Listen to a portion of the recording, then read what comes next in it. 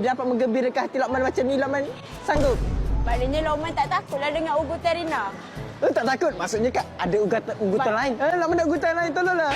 Lokman tu Rina ugut tau. Jangan main-main Rina warning lagi sekali. Jangan goda Rina Ya ke?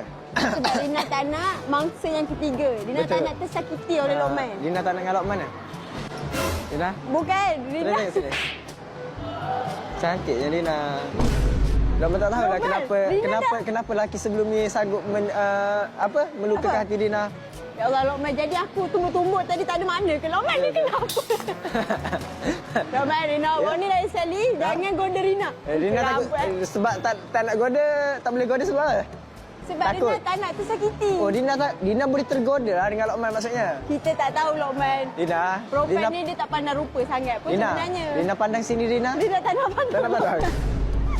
Rina betul Rina. Lokman cukup Rina gentleman harap- untuk Rina. Lokman cukup handsome untuk Rina.